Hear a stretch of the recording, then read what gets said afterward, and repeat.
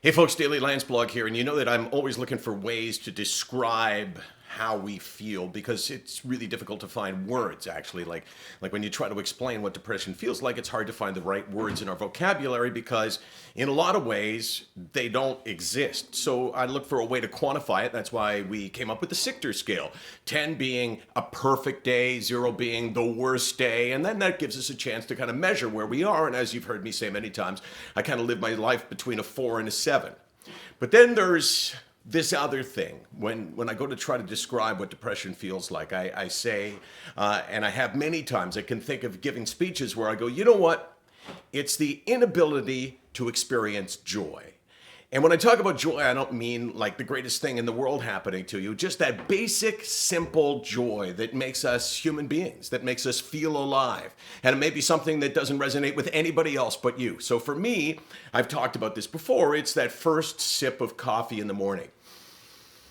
I take a smell, a whiff of it, and I take a sip, and if it brings me joy, then I'm feeling pretty good. And if not, I know that I am not me.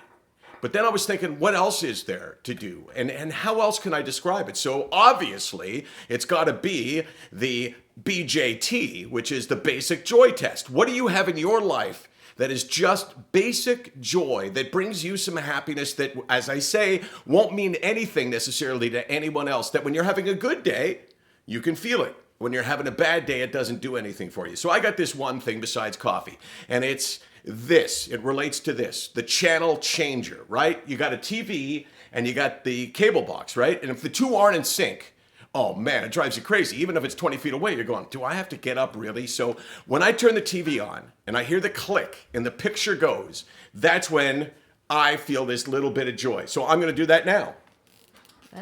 Will it happen? Will it happen? What do you think, Case? Did I make it happen? Yeah. Let's wait for it. Let's wait for it. And ooh, that's a good sign.